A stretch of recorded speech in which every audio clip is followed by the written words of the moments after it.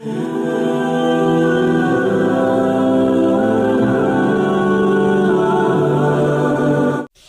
میں کہتا ہوں کتنا خوش نصیب ہے وہ لوگ جس کی صبح کا آغاز سجدوں سے ہوتا ہے، اور کتنے بد نصیب ہیں وہ لوگ کہ صبح چڑیاں بھی رب کی تسبیح بولیں، حشرات الارض بھی اس کی تقدیس کے ترانے پڑھیں، میں نے خبرے بلبل سب اس کی تقدیس کے گیت گائیں، اور حشرات الارض تک اس کی تقدیس کے ترانے پڑھیں، اور یہ اشرف المخلوقات ہونے کے باوجود نیند کے خراٹوں میں ہو، تو خوش نصیب وہ ہے کہ جس کو 5 گانا سجدوں کی توفیق نصیب ہوتی۔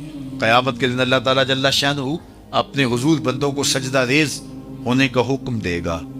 آج کوئی سجدہ کرتا ہے یا نہیں کرتا تو اس دن نہیں چاہے گا کہ میں سجدہ نہ کروں، اس دن تو وہ جھکنا چاہے گا، لیکن بے نمازی کی کمر اکڑ جائے گی، آرزو رکھنے کے باوجود وہ سجدہ ریز نہیں ہو سکے گا۔ اور آپ جانتے ہیں قیامت کے دن جس صف میں نمرود، فرعون، حامان، قارون دشمنان خدا کھڑے ہوں گے، اس صف میں بے نمازی کو کھڑا کر اللہ، کوئی شخص یہ گوارا کرتا ہے جہاں اللہ اس کے رسول کے دشمن کھڑے ہوں میں بھی وہاں، اور اس صف پہ رحمتیں نہیں لعنتیں برس رہی ہوں گی، تو کیا بد نصیبی ہوگی ان لوگوں کے لیے جنہیں سجدوں کی توفیق نہیں۔ میں بار بار کہتا ہوں کہ جب اللہ کسی سے ناراض ہوتا ہے رزق نہیں چھینتا، آب و دانہ بد نہیں کرتا، چاند سورج کو اس کے آنگن میں روشنی ڈالنے سے روکتا نہیں، ہواؤں کو آکسیجن کو نہیں روکتا، جب اللہ کسی سے ناراض ہو جاتا ہے سجدے کی توفیق چھین لیتا، اسے اپنے حضور جھکنے کی توفیق نہیں دیتا، تو اس کی جناب سے سجدوں کی توفیق مانگو۔ خوش نصیب ہیں وہ لوگ جو اپنے زندگی کو سجدوں سے آباد رکھتے ہیں۔ زندگی آمد برائے بندگی، زندگی بے بندگی شرمندگی۔ جس زندگی کے اندر سجدہ ہی نہیں ہے، جھکنا ہی نہیں ہے، وہ زندگی زندگی ہی نہیں ہے، وہ چوپایوں سے بدتر کہلائے گا جو اللہ کے حضور سجدہ ریز ہونا نہیں جانتا۔ یہ درخت حالت قیام میں ہے، چوپائے حالت رکوع میں ہیں، یہ مینڈک تشہد کے عالم میں، حشرات الارض سجدے میں ہے، انسان اشرف المخلوقات ہے، اس کی عبادت کو تمام عبادات کا جامع بنایا گیا، اور جسے نہ سجدہ نصیب ہے نہ قیام اور رکوع اس کی حضور نصیب ہے تو پھر وہ چوپایوں سے بھی بدتر چلا جائے گا۔ امام غزالی بولے اللہ نے 3 طرح کی مخلوقیں پیدا کی ہیں، ایک مخلوق وہ ہے کہ جس میں فہم و شعور، عقل و ادراک نہیں رکھا گیا، صرف شہوات رکھی گئی، ایک مخلوق وہ ہے جس میں شہوات نہیں رکھی گئی، فہم و ادراک رکھا گیا، اور تیسری مخلوق وہ ہے جس میں عقل و خرد بھی رکھی گئی ہے اور شہوات کی آزمائش میں بھی ڈالا گیا ہے۔ جس میں صرف شہوات ہیں وہ چوپائے ہیں، بہائم ہیں، حشرات الارض ہیں، جن میں عقل و شعور اور فہم رکھا گیا، شہوات نہیں رکھی گئی، وہ فرشتے ہیں، اور جس میں یہ دونوں چیزیں رکھی گئی ہیں وہ حضرت انسان ہے۔ اب اگر یہ اپنی شہوات کو، خواہشات نفسانیہ کو قابو میں کر لیتا ہے اور عقل و خرد سے کام لیتا ہے تو فرشتوں سے بھی بہتر کہلاتا ہے، اور اگر یہ اپنی خواہشات کا غلام بن جاتا ہے تو چوپایوں سے بھی بدتر۔ تو ہم اس دو راہ پہ کھڑے، اللہ نے ہمیں بتا دیا، خیر کا رستہ بھی بتا دیا، شر کا رستہ بھی بتا دیا، انا ہدیناہ السبیل اما شاکرا و اما کفورا۔ حضرت انسان کو اللہ نے ہدایت سے محروم نہیں رکھا، یہ واضح میں رکھی ہے، اس کائنات کا پہلا انسان، پہلا نبی بھی ہے، کبھی بھی حضرت انسان کو اللہ نے ہدایت سے محروم نہیں رکھا، اور فطری اور جبلی ہدایت اللہ نے حضرت انسان کے سینے میں رکھی ہے، بلکہ یہ ہدایت جو جبلی ہے یہ تو اللہ نے جانوروں کو بھی دی ہے، ان کی فطرت کے اندر بھی رکھا ہے۔ وہ آپ نے کبھی دیکھا ہو کہ مرغی جب کڑک بیٹھ جائے اور ضد کرے کہ میں اب انڈے نہیں دوں گی تو اس کے نیچے پھر انڈے ڈالے جاتے ہیں، اور وہ پھر 21 دن تک ان انڈوں پر اپنے سینے کی حرارت، گرمی اور توجہ مبذول کرتی، اور آپ جانتے ہیں کہ بطخ کڑک نہیں بیٹھتی، اس لیے کہ بطخ پانی کے بغیر رہ ہی نہیں سکتی، تو بطخ کے بچے حاصل کرنے کے لیے بطخ کے انڈے بھی مرغی کے نیچے ڈالے جاتے ہیں، تو جب مرغی ان انڈوں کو سینچتی ہے اور اپنے سینے کی حرارت اور توجہ دیتی ہے، 21 دن کے بعد ان مردہ انڈوں میں آثار زندگی نمودار ہونے لگتی ہیں۔ یہاں رک کے ایک جملہ کہنا چاہوں گا، اور وہ یہ کہ اگر ایک مرغی مردہ انڈوں پہ اپنے سینے کی توجہ مبذول کرے تو ان میں زندگی کے آثار نمودار ہو جاتے ہیں. اور اگر شیخ کامل اپنے مرید کے بیضہ دل پہ توجہ تھے تو وہاں آثار حیات کیوں نمودار نہیں؟ سبحان اللہ.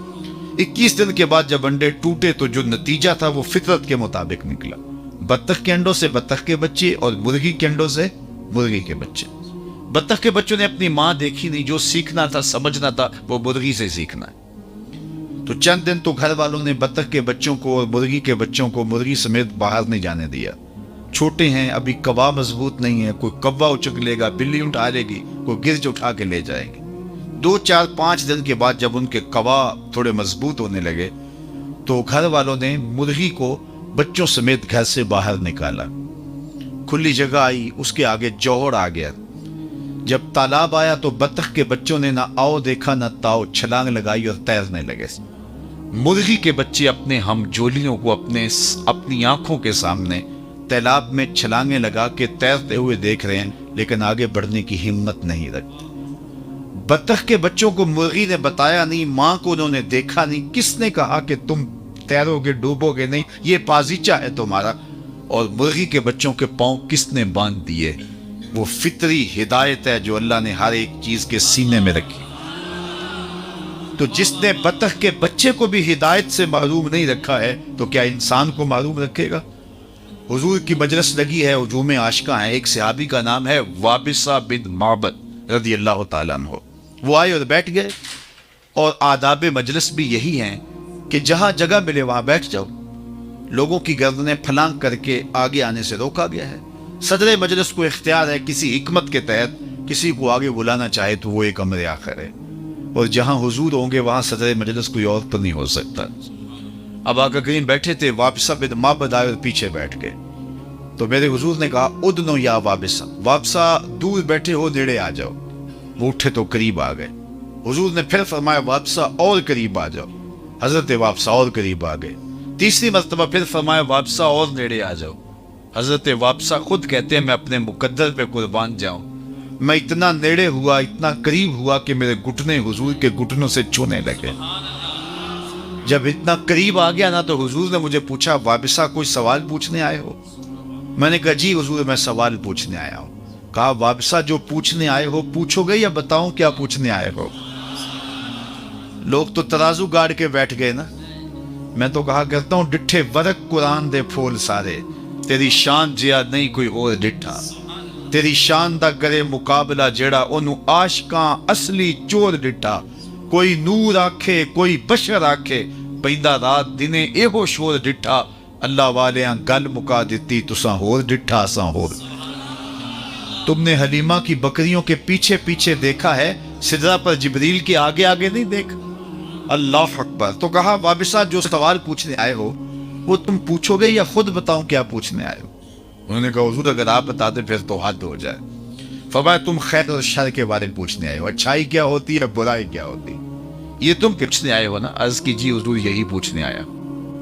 تو فضرب علی صدرہ فقال استفت من قلبک. حضور نے یہ 3 انگلیاں جوڑ کے حضرت وابصہ کے دل والی جگہ پہ یوں ماری اور فرمایا تیرے اندر مفتی بیٹھا اس سے پوچھ لے، یہی بتا دے گا خیر کیا ہے شر کیا، اچھائی کیا ہے برائی کیا ہے. یہ میرے اور آپ کے اندر رکھ دی گئی. ہمارا اگر غلطی کرنے لگے ضمیر گھنٹیاں بجاتا تم غلط کر رہے ہو. کسی کی انچ دبانے لگے، کسی کا حق غصب کرنے لگے، کسی پہ ظلم کرنے لگے تو اندر سے گھنٹیاں بجتی ہیں تم غلط کر. یہ فطری ہدایت ہے. تو اللہ نے حضرت انسان کو ہدایت سے محروم نہیں رکھا ہے، اس کو فطری ہدایت سے نوازا ہے. اب یہ غلط راہوں کا مسافر ہو تو یہ جان بوجھ کے غلط راہوں کا مسافر بنتا ہے. تو یہ ہدایت فطریہ کے تحت اپنی زندگی کو خیر کی راہوں پہ ڈالے اور اچھائی کی راہوں پہ چلے، تو تاکہ زندگی کا حقیقی نور اور زندگی کا حقیقی جمال اسے نصیب ہو. تو زندگی بہت زیادہ ہم گزار چکے ہیں، بقیہ جو زندگی ہے اس کو اللہ اس کے رسول کے نام لگا کر کے اپنی آخرت کی بہتری کا ہمیں سوچنا چاہیے. آج موقع ہے کل نہیں ہوگا. وقت پر کافی ہے ایک قطرہ بھی آب خوش ہنگام کا، جل گیا جب کھیت برسا می تو پھر کس کام کا. کل کا پچھتاوا سوائے حسرت بڑھانے کی اور کچھ نہیں ہوگا، اور آج کا پچھتاوا کل کی بہتری کی ضمانت ہو سکتا ہے. وہ ایک فقیر تھا، بازار میں کھڑا رو رہا تھا، تو کسی نے گزرتے ہوئے روک کے کہا بابا کیا مسئلہ ہے، کسی نے مارا ہے، تنگ کیا ہے، کیوں رو رہے ہو؟ اس نے کہا کوئی ایسا ماجرا نہیں ہوا، بس لوگوں کے رویے نے رلا دیا۔ کیا مطلب؟ کہا بس گزر رہا تھا، ان کو دنیا میں کھوئے ہوئے دیکھا، میرے دل میں خیال آیا کہ ان بندوں کی رب سے صلح ہی نہ کروا دوں۔ تو کہا پھر کیا ہوا؟ کہا پھر میں نے اس سے بات کی، آواز آئی لے آ میری چوکھٹ پہ، ایک آنسو سے سارے گناہ مٹا دوں گا۔ میں بڑا خوش ہوا، کام بن گیا، خوشی خوشی آ کے ان کو بتایا، یہ الٹا میرا مذاق اڑانے لگے۔ جا کے کام کر بابا، تجھے کیا پتا، بچے، کاروبار، زندگی، ہر وقت تم اسی بات میں لگے، جاؤ کام کرو۔ کہا وہ تو مان گیا تھا، یہی نہیں مانے، اور مجھے ان کے رویے پہ رونا آ رہا ہے، ان کی قسمت پہ رونا آ رہا ہے۔ اللہ اکبر۔ اگلے دن وہ شخص دوبارہ گزرا نہ، تو قبرستان کے کنارے سے گزرا تو بابا قبرستان میں کھڑا رو رہا تھا۔ وہ پھر رو گیا۔ کہا بابا کبھی بازاروں میں روتا ہے، کبھی قبرستانوں میں روتا ہے، آج کیا ہوا؟ کہا میری کہانی کل والی ہے۔ کہا کیا مطلب؟ کہا کل ان سے مایوس ہو گیا تھا تو آج ادھر آ گیا، میرا خیال ہی ہوا ان قبرستان والوں کی رب کی صلح کروا دوں۔ اس نے بڑی دلچسپی سے کہا پھر آج کیا بنا؟ کہا آج یہ مان گیا، وہ نہیں مانتا، کل وہ مانتا تھا، وہ نہیں مانے، آج یہ مانتے ہیں، وہ نہیں مانتا، تو آج ہم مان لیں تو وہ تو آمادہ ہے ماننے، وہ تو ایک آنسو سے سارے دفتر بدیوں کے دھو ڈالے، وہ تو مائل بکرم ہے، کوئی سائل تو بن کے آئے، کوئی جھولی تو پہنا کے آئے۔ التائب من الذنب کمن لا ذنب لہ، گناہ سے توبہ کرنے والا ایسا ہے جس طرح اس کے دامن پہ گناہ کا ایک دھبا بھی نہ ہو۔ اللہ مٹا دیتا ہے اور اس کو ایسے کر دیتا ہے جیسے ابھی ماں کے پیٹ سے جنم لیا ہو۔ لیکن یہ امید کہ ابھی بوڑھا ہونا ہے، ابھی زندگی پڑی ہوئی ہے، کتنے لوگوں کے جنازے اٹھ گئے یہ سوچتے ہوئے کہ ہم نے بڑھاپے میں پہنچ۔ امام غزالی فرماتے ہیں نظر دوڑا کے دیکھو، تمہیں بوڑھے کم ملیں گے، جوان زیادہ ملیں گے۔ کہا اس کا مطلب یہ ہے بڑھاپے تک سارے نہیں پہنچتے، زیادہ جوانی میں چلے جاتے ہیں۔ پھر فرمایا مزید نظر دوڑا کے دیکھ لو، معاشرے میں تمہیں بچے زیادہ ملیں گے، جوان کم ملیں گے۔ اس کا مطلب یہ ہوا کہ جوانی تک بھی سارے نہیں پہنچتے۔ تو اس لیے قبل اس سے کہ وہ وقت آئے کوئی حجت باقی نہ رہے، یہ مختصر زندگی اللہ اور اس کے رسول کے نام پہ لگا دینی چاہیے۔ حضور کی محبت کا تقاضا بھی یہی ہے کہ ان کی تعلیمات کو اختیار کر لیا جائے۔ میرے حضور نے فرمایا کن فی الدنیا کأنک غریب او کعابر سبیل، دنیا میں اس طرح رہو جس طرح کوئی اجنبی رہتا ہے یا سڑک عبور کرنے والا۔ جب سڑک عبور کرتے ہیں تو آپ دائیں بائیں سے دیکھ کے گزر جاتے ہیں، بس زندگی گزار جاؤ۔ حقیقی منزل ہماری آخرت ہے، اور جس نے آخرت کو بلا دی، آخرت سے غافل ہو گیا، اس نے اپنا سخت نقصان کیا۔ قیامت کے دن میں نے تو یہ بھی پڑھا ہے کہ نیکوکار بھی پچھتائیں گے۔ بدکاروں کا پچھتانا تو سمجھ میں آتا ہے، نیکوکار کیوں پچھتائیں گے؟ جب اپنے اچھے اعمال کی جزا دیکھیں گے تو پچھتائیں گے، ہائے جو چند لمحے ضائع کیے وہ بھی کیوں ضائع کر دیے۔ لیکن اس وقت کے پچھتانے سے بہتر ہے کہ میں اور آپ اپنی اس مختصر زندگی کا اب محاسبہ کریں۔ حاسبوا قبل ان تحاسبوا، اس سے قبل کہ تمہارا حساب کیا جائے تم اپنا حساب خود کر لو۔ یہ ہم عمرے پہ جاتے ہیں نا، تو جب واپسی کے لمحے ہوتے ہیں تو میں دیکھتا ہوں ہر بندہ اپنا سامان تول رہا ہوتا ہے۔ میاں کیوں سامان تول رہے ہو؟ ایئرپورٹ پہ جا کے پریشانی نہ بنے، تو پہلے ہی سامان تول کے کہ زیادہ نہ ہو جائے، بوجھل نہ ہو جائیں، ایئرپورٹ پہ مسئلہ نہ بنے۔ حالانکہ اگر ایئرپورٹ پہ مسئلہ بھی بن جائے تو 4 ریال دیں گے تو گزر جائیں گے، لیکن اس کے باوجود تول رہے ہوتے ہیں کہ وہاں پریشانی نہ بنے، وہاں کی پریشانی کا حل ہے۔ لیکن آخرت کا اگر وزن بھاری ہو گیا اس کا کوئی حل۔ اس لیے حاسبوا قبل ان تحاسبوا، اس سے قبل کہ تمہارا حساب کیا جائے، ضمیر کی عدالت میں اب ترازو گاڑ لو، دیکھو تم کہاں کھڑے ہو۔ جو بدیاں کی ہیں وہ تو کنفرم ہے بدیاں ہیں، جو نیکیاں کی ہیں اگر ریا ہے تو لٹ گئی، کچھ پلے نہیں ہے۔ اگر غرور تکبر آ گیا، عجب آ گیا، پھر بھی سب کچھ ضائع ہو گیا۔ کتنی نیکیاں ہیں اور کتنی برائیاں ہیں، اور ہم ایک احکم الحاکمین کے حضور حاضر ہونے والے ہیں۔ تو اس مختصر زندگی کو اللہ اور اس کے رسول کے نام پہ لگا کر کے اللہ کے لیے زندگی گزارو۔ یہ زندگی بھی اچھی، وہ زندگی بھی اچھی، لیکن میرے حضور نے فرمایا کہ قرب قیامت کے فتنوں کا جب ذکر کیا میں مجھے اس بات کا ڈر نہیں کہ تم شرک میں مبتلا ہو جاؤ گے، مجھے اس بات کا ڈر ہے کہ تم دنیا دار بن جاؤ گے۔ آج ہم مادیت زدہ ہو گئے ہیں، صبح سے لے کر شام تک ہماری دوڑ ہی مادی ہے۔ آنکھ بھر جاتی، پیٹ بھر جاتا ہے، آنکھ نہیں بھرتی۔ شیخ سعدی فرماتے ہیں کہ آنکھ کو یا تو پھر صبر اور قناعت بھرتا ہے یا پھر قبر کی مٹی بھرے گی۔ اور رومی بولے کوزائے چشمے حریصاں پر نشد، تا صدف کانے نشد پر در نشد۔ حریص کی آنکھ کا پیالہ نہیں بھرتا۔